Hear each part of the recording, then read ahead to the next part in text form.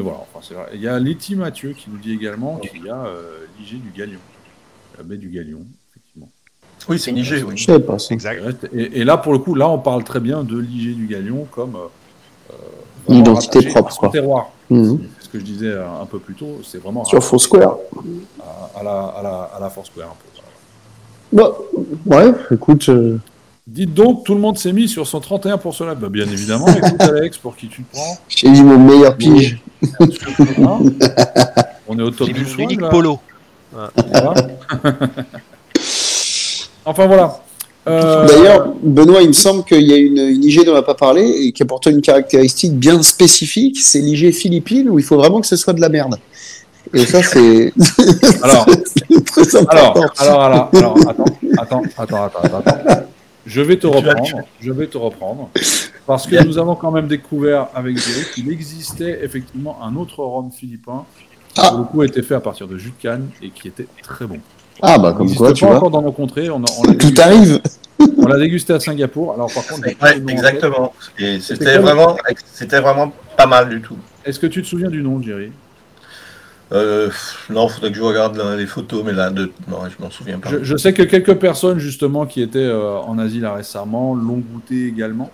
Le nom commence par L, mais je sais plus. Ah. On le mettra si quelqu'un le À l'info, On mettra le nom après dans les mettez sur les mais pour le coup, commentaires. un rhum des Philippines pur jus et vieux en plus. Hein, c'était plus tout jeune. Oui, c'était un rhum vieux, oui. C'était un rhum vieux et Cool. c'était très très bon. Voilà. Non, mais sinon, aux Philippines, il y a aussi juste une des marques qui est la plus vendue au monde, c'est Tanduay, qui n'est pas complètement dégueu. Alors, quand c'est peu âgé, c'est pas top, mais à une époque, il y avait un 15 ans, je crois, qui se défendait pas mal. Tu dis, ça s'appelle comment? Tanduay. Tanduay. Tanduay. Non, mais parce que Qui est- Faut dire avec l'accent, faut dire avec l'accent. L'une des plus vendues, c'est la plus vendue au monde, en fait. Bah, voilà. Ah ouais? C'est des millions de bouteilles. Exactement. Je vais retourner en formation, moi. Il faudrait. J'essaye de retrouver la marque là justement. Luisita, voilà, merci Benoît Voilà, Cardon qui a retrouvé. ouais. Luisita, c'était le nom de la marque. Exactement. Je Ouais. connais pas. Ok. Si vous avez l'occasion de trouver une bouteille de Luisita, n'hésitez pas. Pour le coup, c'est vraiment bon. Voilà. Il y a Philippe Matco qui est connecté. Salut Philippe. Philippe connaît. Sinon, c'est intéressant parce que je vois, enfin, pour moi, je suis clairement du côté, c'est un gage de qualité, que ce soit dans le rhum et que ce soit dans d'autres spiritueux, enfin les appellations, que ce soit Calvados, que ce soit Cognac, que ce soit Armagnac, que ce soit les sous-appellations, enfin les sous-dénominations de ces spiritueux-là. Enfin, on voit qu'un Don Frontais a un cahier des charges très différent de l'appellation Calvados normale ou du Pays d'Auge. Enfin, il y a vraiment. Et puis voilà, et puis ça amène des spécificités aussi gustatives forcément dans les résultats qui sont intéressantes. Et ça n'empêche absolument pas d'avoir des produits quand même très variés. En fait, je pense que de manière générale, et c'est marrant parce que c'est un peu annexe, mais je vais quand même en parler parce que j'aime bien parler de ma vie. En fait, je trouve que quand on connaît les règles, mais dans quelques domaines que ce soit, ça permet soit de s'y conformer et de jouer dans le cadre des règles, par exemple dans l'AOC, ou alors de décider de s'en écarter, mais en connaissance de cause. C'est-à-dire que quelqu'un qui n'a aucune idée du rhum et qui va se mettre à faire un whisky coca avec un truc extrêmement bon, pour pas dire extrêmement cher, mais on va dire extrêmement bon, alors qu'il ne l'a pas goûté pur, alors qu'il n'a pas une certaine éducation dans la dégustation, ça m'ennuie. Par contre, quelqu'un qui connaît le rhum depuis 15 ans, qui a dégusté plein de trucs, qui a vraiment un palais et tout ça, il décide de faire un cocktail avec un truc, mais ça me va parfaitement. Et c'est marrant parce que justement, j'avais posté il n'y a pas longtemps un old fashion que j'avais fait avec l'éphémère numéro 1 chez Saint James.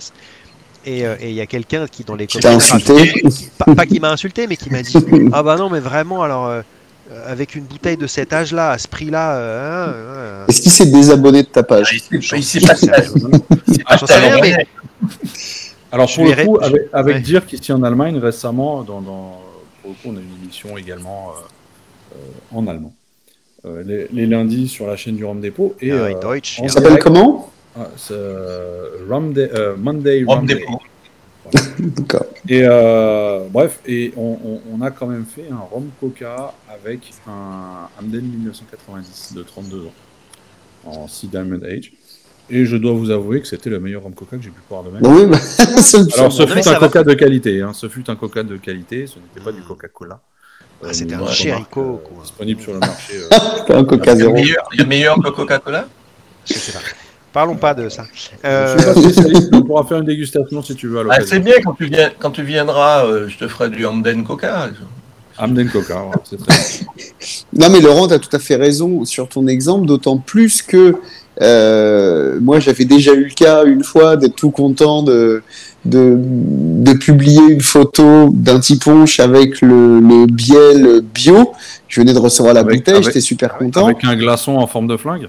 Non, ça c'était c'est un autre. non, ça c'était il y a longtemps. Et ça c'est uniquement avec du rhum vieux de Venezuela. Non, c'était tout ce qu'il y a de plus classique en tiponche. Mais écoute, un commentaire sur deux, c'était ah ouais, mais non, il faut le boire pur. Ah, mais il est tellement meilleur pur. Mais j'ai juste envie de boire un tiponche. Laissez-moi boire un tiponche. Et puis si le rhum est délicieux pur, bah, il sera sûrement très bon en tiponche. Et puis si c'est pas le cas, bah, je le ferai plus. Laissez-moi essayer. En même temps, un plat n'est aussi bon que ses ingrédients, hein, j'ai envie de dire. Mais exactement. Alors, Laurent, il y a François Pignon qui dit que c'est honteux, Laurent, ce que tu fais. Il faut se désabonner. Voilà. Et Cyril Deichmann, d'ailleurs, qui vient de me rappeler un très bon souvenir d'un salon à Madrid. Exactement, où on a fait un Longto XO. Longto XO. Ah ouais. Sur la carafe. Ouais, putain, j'ai cru que tu allais me dire un 4G. J'ai eu peur. Non. Ça aurait été très gourmand. Mathieu nous pose une question très intéressante. Est-ce qu'un jour des IG ou AOC ou autres appellations pourraient amener une classification ou une clarification pour les nouveaux consommateurs? Pour les nouveaux consommateurs. Pareil, compliqué quand même. Hein. Quand déjà tu vois les histoires de matières premières.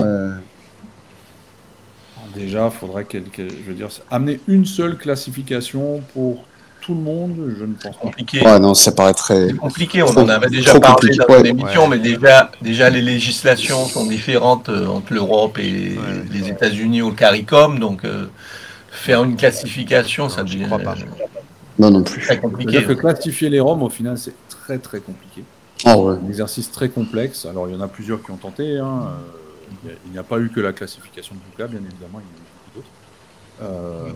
Toujours avec des arguments plus ou moins intéressants, ou du moins des points de vue qui étaient plus ou moins défendables, et qui ont évolué avec le temps. Ouais. Je pense notamment à une classification qui était valable il y a une dizaine d'années, où on classifiait les Roms en type britannique, francophone ou hispanophone. C'est pas une classification qu'on reprendrait peut-être aujourd'hui, parce qu'il y a beaucoup trop d'exceptions aujourd'hui. C'est vrai. C'est la classification la plus simple, mais qui aide quand même dans les grandes catégories. Déjà, tu vas distinguer agricole pur jus et mélasse. Donc, c'est une première classification. Après, tu restes assez simple. Ça te donne des catégories. C'est vrai qu'à l'intérieur des catégories, tu peux affiner à l'infini quoi, les classifications. Pour commencer, c'est bien. Pour commencer, c'est bien. Je suis d'accord avec toi, Jean. Benoît pense que c'est plutôt au consommateur de faire ses recherches et dégustations. Oui, mais quelque part. Après, je trouve que ça a ses limites aussi, quoi, parce que si on comptait que sur le libre arbitre de chacun de faire ses propres recherches, il n'y aurait pas tous les problèmes de fake news avec tous les gens qui tombent dedans, il n'y aurait pas tous ces trucs-là. Donc, c'est un vœu pieux que je partage, mais malheureusement, la majorité des gens, pour la majorité des sujets, ont besoin de la pédagogie, quoi. Et je m'inclus dedans. Hein. Des fois, je fais mes propres recherches, et puis des fois, je suis bien content qu'on m'apporte des informations sur un plateau en me disant attends, bouge pas, je vais t'expliquer, parce que moi, ça fait 10 ans que je travaille là-dedans, et donc je vais t'expliquer comment ça marche ou comment ça fonctionne. Donc l'un peut aller avec l'autre. Mais oui, bien sûr. Mais de toute façon, même nous, on est preneurs d'informations. Mais il faut à la base, il faut une curiosité, une appétence pour quand même pour essayer d'obtenir des infos. Et que si on n'a pas ça, parce qu'il y en a quand même des sources d'infos maintenant, il y en a beaucoup plus qu'il y a 15 ans. Ouais, mais depuis qu'Olivier sur son blog il écrit avec ChatGPT, c'est pas évident. Hein. devrais essayer, tiens. Il n'écrit plus lui-même, tu le sais bien. Non, mais moi, je trouve que c'est mieux écrit maintenant, d'ailleurs. Ouais. Il y a le... Je rigole, Olivier. Ok, je me désabonne. Oh, merde, t'étais mon dernier. Que ce soit les blogs, que ce soit les groupes Facebook, que ce soit les bouquins, que ce soit les podcasts, maintenant apparemment même en live, en direct live, ce qui est incroyable. Il y a quand même les journaux spécialisés. Pas toujours croire ce qu'on dit dans un podcast. Hein. C'est vrai, c'est vrai. Il y a quand même énormément de sources d'informations qui sont assez facilement accessibles. Mais il faut cette petite étincelle au départ pour avoir envie de... Et je pense que la plupart des consommateurs n'ont pas ça. Et c'est normal parce que nous, on l'a pour le rhum et peut-être pour ça, pour quelques autres produits. Mais il y a tout un paquet de produits où je vais pas aller faire des recherches de psychopathe sur les machines à laver si j'ai besoin d'acheter une nouvelle machine à laver, quoi. Je vais aller dans un magasin, je vais écouter le vendeur et je vais faire super, je vais regarder le prix et d'accord. Ça dit, tu sais que j'ai des potes qui font de la biblio, hein. Ils vont aller sur Que Choisir, ils vont aller sur machin truc et tout. Sur les différents terroirs des laits d'amande. Mais tu peux pas le faire sur tout. Non. C'est vrai. Donc il faut voilà, qu'il y ait un intérêt pour un produit, par exemple le rhum. Mais tu sais que ça me fait penser à un truc, c'est que on s'était un peu foutu de ma gueule il y a quelques années. Encore ça arrive souvent encore maintenant, mais non, tu vois, quand je disais que j'avais tendance à prendre un peu comme argent comptant le discours d'un caviste ou le discours d'un brand ambassadeur en masterclass, parce que justement j'estimais que je pouvais lui faire confiance. Et on m'a dit, mais si tu commences à croire tout ce que ces gens-là te disent, mon pauvre, t'es pas arrivé. Et le problème, c'est que tu as envie de dire, merde, quoi, si tu peux plus faire confiance aux gens dont c'est le métier de t'apporter de l'information. Non. Mais c'est là que tu te trompes. Enfin, ce sont des marketeurs. Il ne faut jamais croire un brand ambassadeur. Alors, t'inquiète pas. J'irai pas jusque-là. Mais bien sûr. Tout le monde se désabonne. Paf. Évidemment qu'il y a des brand ambassadeurs qui vont être passionnés par leur boulot et qui vont pouvoir t'apprendre des choses et tu vas avoir des échanges intéressants. Quand même, le but premier d'un brand ambassadeur, c'est de faire la publicité pour la marque qu'il représente. Et c'est normal, c'est son boulot. Donc c'est sûr que quand il y en a un qui va te dire que parce qu'il je sais pas, il travaille pour un rhum de dire que les rhums pur jus c'est quand même un peu rude et que tu vois, parce que ça agresse un peu et que c'est épicé et puis c'est voilà. Il prêche voilà, pour sa paroisse, mais non, bien sûr. Mais ça rend pas l'obtention d'informations plus aisée, ça c'est sûr. C'est vrai. Alors, on a quelques personnes de Martinique qui viennent de nous rejoindre, dont Sam et Virginie. D'ailleurs, et Virginie de. Salut Virginie. Coucou. Virginie nous dit qu'il faut croire le maître de chai ou distillateur. Oui, mais pas que. Il y a d'autres personnes qui bossent dans une distillerie qu'on peut croire également. Et puis on les voit pas si souvent non plus. Et surtout que ceux-là, on les croise pas si souvent en tant que consommateur. Ah ouais. Et Sam qui dit moi qui t'ai toujours cru, Benoît, avec un emoji qui pleure. Et non. La triste vérité. Voilà. Paf. Je m'excuse. Il ne fallait pas. C'était un mensonge. Il va plus t'écouter. Voilà, on va plus m'écouter maintenant. C'est fini. Voilà. En tout cas, est-ce qu'il y a d'autres commentaires face à ce sujet? Parce que là, on a quand même fait un joli tour. Un coucou en direct d'HSE. Il y a qu'on de la chance. Oui, il y en a. Alors, je pense surtout que Sam est en train de travailler, c'est pour ça qu'il a... Ah oui, d'accord. Avec le décalage. Coucou, Sam. Oui, effectivement, c'est un bon argument. Oui, mais parfois, le marketing brode un peu. C'est le boulot du marketing. Alors oui, parce que c'est leur boulot, quelque part. Un peu beaucoup, c'est leur boulot. Après, je pense qu'au sein d'une marque, l'idéal, c'est de trouver la balance entre le vrai et le faux, entre le brodé et le non brodé. Idéalement, c'est de ne pas devoir broder du tout et juste de mettre en avant la transparence totale, mais des fois, certains marques... Mais même sans broder, tu vas avoir différentes manières de dire la même chose. Voilà, c'est juste un peu plus vendeur. Le rôle du marketing, c'est de vendre, hein, donc... Exactement. Il vaut mieux écouter effectivement le maître de chai ou le distillateur. Et c'est pas forcément plus facile avec un bon produit, contrairement à ce qu'on pourrait penser. Il suffit de voir certaines marques de rhum, ou anciennement de rhum, puisqu'ils n'ont plus forcément le droit à l'appellation, qui vendaient extrêmement bien, alors que le produit de base n'était pas forcément folichon. Exact. Alors, où je la rejoins, c'est là où elle dit qu'il faudrait faire parler davantage des techniciens. Oui, sauf que derrière, on va te répondre que c'est pas leur métier. Leur métier. Leur métier, c'est pas d'aller sur des salons, c'est pas de parler en public, de parler avec les gens.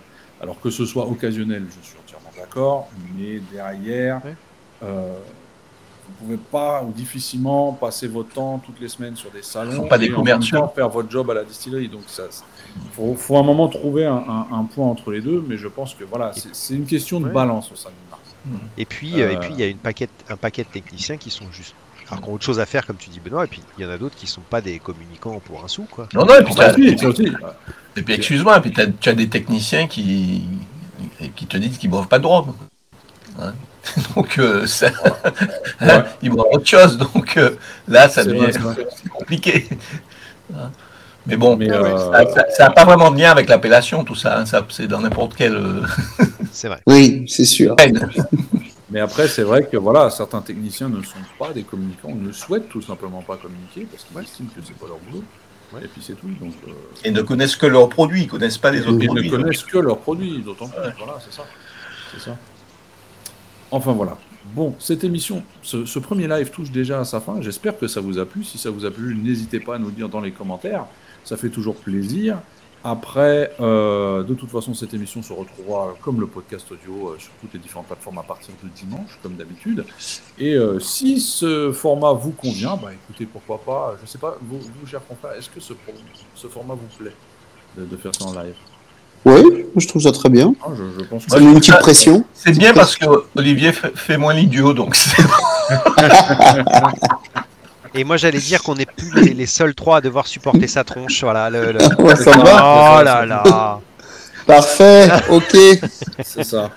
Bon, en tout cas, n'hésitez pas à nous dire si ça vous a plu ou pas et si vous voulez qu'on reconduise cette expérience, ça sera toujours avec plaisir. Et puis, si vous avez comment l'améliorer? Vous pouvez également les mettre en commentaire. Si vous avez des sujets...